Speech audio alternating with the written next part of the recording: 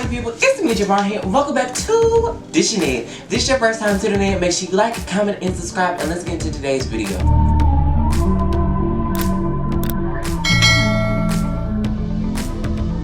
I know, long time no see, it's been 3 months, but you know, life has been very busy and we're gonna film a life update video later for you guys so y'all can understand what's going on and stuff.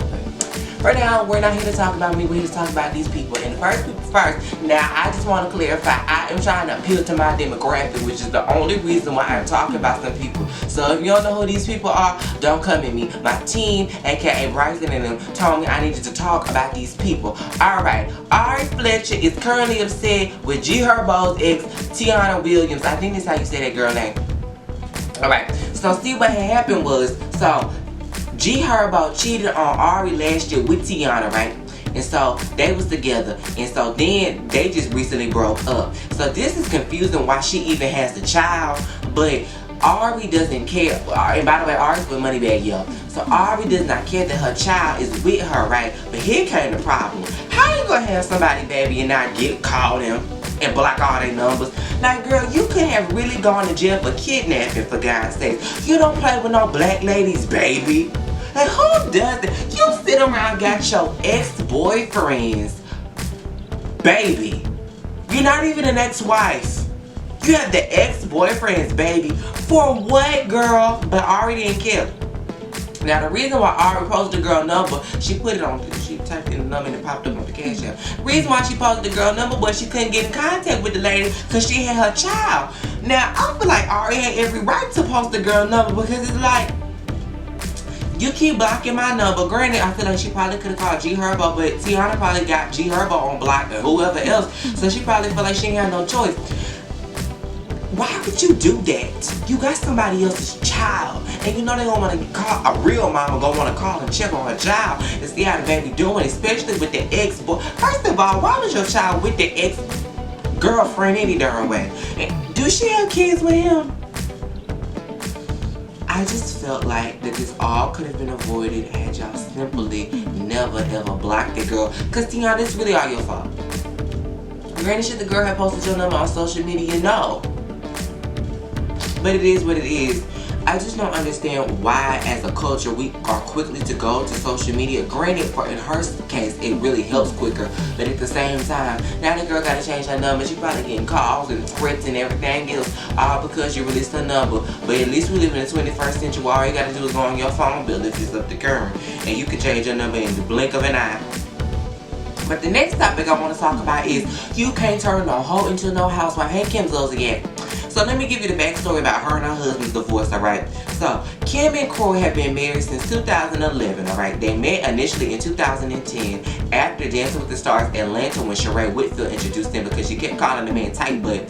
Next thing you know, Corey moved in the townhouse that her sugar daddy, aka Big Papa, who she was like, thank you, Papa, you know, the married man who she was sleeping with, who was buying her bags, shoes, cars, jewelry, and etc. You know, she was pretty much a step above a prostitute. You know, she was sleeping with that lady husband and he was funneling the bill. He even bought her engagement ring. She is one of those stupid girls who really think a man is really finna leave his wife with all his kids for your sleazy behind. No offense, he can get the cooch, put you up in another house on another side of town. And by the way, Kim, for the debt you got, you might need to go back to your alleged career as a stripper at Oasis, the white club in Atlanta. Because they said that all them years that you claimed you was a nurse, granted you had your nurse paperwork, so maybe you can do that too to pay off this hold up. Maybe you can do that to pay this $1.1 million you owe in debt to the IRS. Because baby, that ain't no bubblegum money. And not to mention what you owe your house almost went into foreclosure, but we can get to all that in a second. Okay. So, you was living with that lady husband. He bought you a townhouse. He bought you a Bentley drop top, a Range Rover, a Escalade, and a Porsche. He bought you that wedding ring. He bought you that house. He bought all the furniture and he bought all the clothes, bought all your cheap dingy wigs while you was chain smoking cigarettes and drinking wine and not working. All you was doing was Housewives of Atlanta, which they pay a cute coin. But what do you do when they kick you off the show? you were acting all arrogant. I have my own show. I have to be tardy for the party. They don't even nobody watch, and that's why I got canceled after 7 seasons. Who knew that it was even on the air for 7 seasons? You don't work on Housewives. Granted, they're trying to get you back, which Housewives is sucking right now. Anyways, why not get back to geriatric right, ladies? Sleeping with their lady's husband, you really have no work skills. You pretty much have been doing nothing for the past almost 20 years. You've had your break, living off of everybody's. You thought you was gonna live off a core $20 million, but baby, I don't think that you know how to do math that well. Because if you know his net earnings were his gross earnings were 20 million. What was his net earnings, baby? But let me give you the rundown. These people got married in 2011. They have 4 minor children. On top of, Court adopted her 2 kids from her 2 previous relationships. And they currently reside, they still live together in their marital home in Atlanta. Well, on the outskirts of Atlanta, alright. Y'all, this divorce is quite sloppy because they are really going through each other's jugglers. Now, Croy filed initially, even though the reports were saying that Kim filed. Shout out to Chronicle Speak. I saw the court documents and Croy filed. He said the marriage was irretrievably broken. Croy wants you to go under a psyche evaluation because you have a gambling problem. Croy wants you over here trying to get you a drug test for the weed. You need to get her a drug test for the wine. Because I remember watching you on Housewives when you was on there in 2016, and you said out of your mouth that I can't go anywhere without Croy because me drinking all the wine. That's alcoholism. Let's go.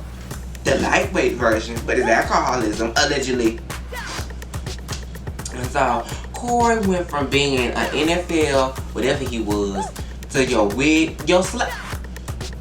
Doomy boy. He made your wigs. He watched your, you had people for that. He made your wigs. He drove you. He was doing your makeup. Corey, when I first saw you on TV, you really seemed like a good, up-to-do guy. Granted, y'all both being messy in this situation, sitting around. They called the police on each other in one day. Cora was in the bathroom and she wouldn't leave, and then she claimed that he blocked him from leaving, and then she called the police on him later that night because he was trying to take some of her stuff and lock it up so at least they can have stuff. When I tell y'all, all she does is sit at home and gamble online because Atlanta doesn't have any casinos. She admitted on her show that she gambled upwards of $250,000. She would get scratch-off tickets and stuff. She clearly has an issue, and Croy is alleging that the only time she sees her kids is when, spends time with her kids, is when she's gambling on the computer.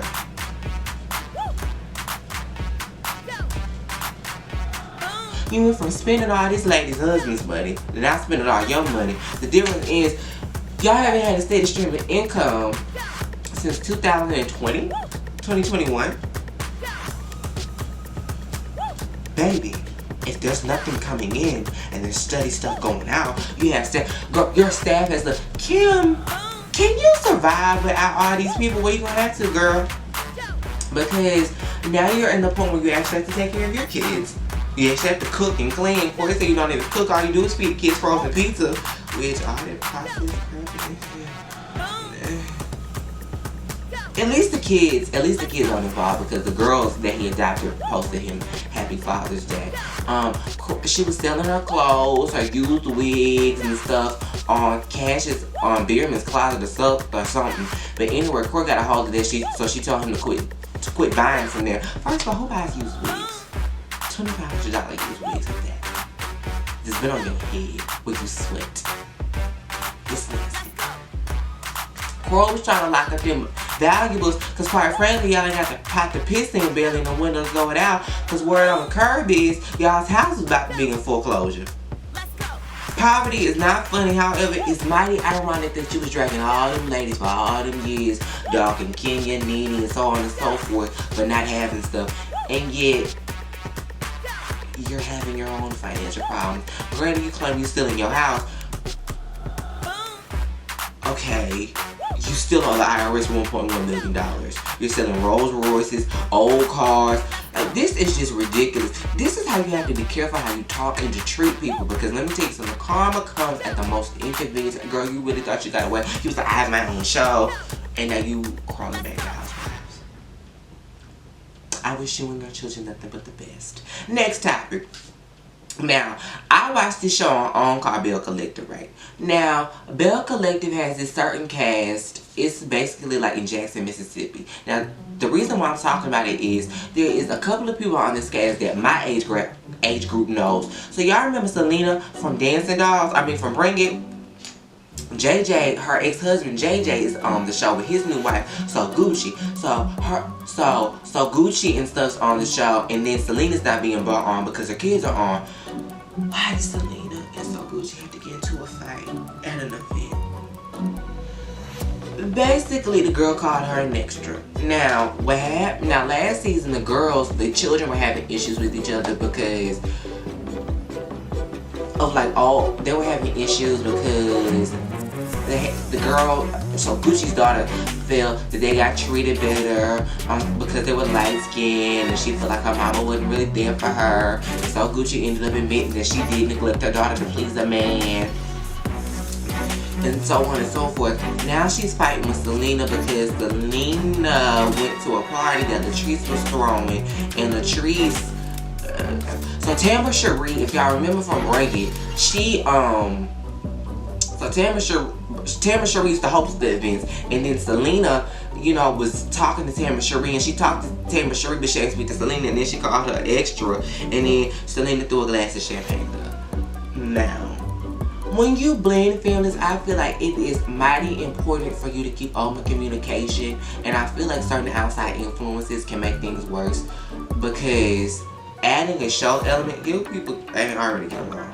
Well, I guess y'all were getting along at one point, but Selena and y'all said y'all never had the best relationships. Why are y'all sitting around arguing over JJ? JJ's with so Gucci. I'm pretty sure he don't want you. Granted, you was with that man while he was still legally married to Selena, but I digress. And he says the girls were living with him at the time. Okay, that's their father. Okay, but they don't live with Selena. Okay, you claim that she wanted to be the supermom when the Bring It casting came out. Granted, Latrice has a little bit to do with, I don't know. Can we make Selena on Bell Collective? I know you're probably on this show. So Gucci, something's off about you.